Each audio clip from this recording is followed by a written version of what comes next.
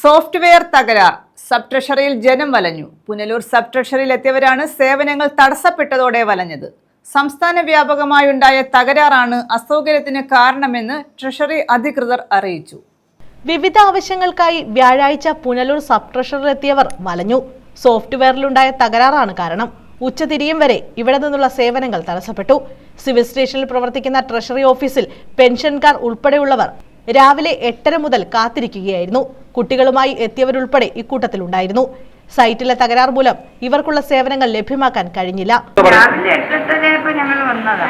എന്നിട്ട് ഇവിടെ 10 മണിയായപ്പോൾ അവരെല്ലാം വന്നിട്ട് അതിലിരുന്നപ്പോൾ നെറ്റില്ലെന്ന് പറഞ്ഞ് ഇരിക്കുക.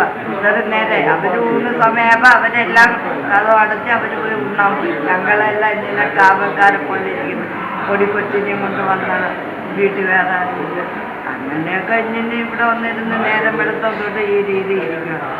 നെറ്റില്ല അവർ കുറ്റക്കാരാണ്, നമ്മൾ പറയത്തില്ല. വീട്ടിൽ കൊടുത്തെങ്കിലല്ലേ അവർ നേരത്തെ വന്നിട്ടുണ്ടോ? നേരത്തെ വന്നിട്ടുണ്ടായിരുന്നു. ഞാൻ ഇങ്ങനെ വന്നതിന് ശേഷം നല്ലപ്പെട്ട അനുഭവമാണ്. ഞാൻ 2-3 കൊല്ലം കൊണ്ട് വരുന്നത്. ഇത് നല്ലപ്പെട്ട. ഇതിന് മുമ്പ് വന്നിട്ടുണ്ടെന്ന് അതൊക്കെ പറയും. വന്നിട്ടുണ്ടെന്ന് പറയും. ഉച്ചതിരിഞ്ഞ 3 വരെ ഇവർക്ക് കാത്തിരിക്കേണ്ടി വന്നു. സംസ്ഥാന വ്യാപകമായി ഉണ്ടായ തകരാറാണ് ഈ അസൗകര്യത്തിന് കാരണമെന്ന് ട്രഷറി അധികൃതർ പറഞ്ഞു.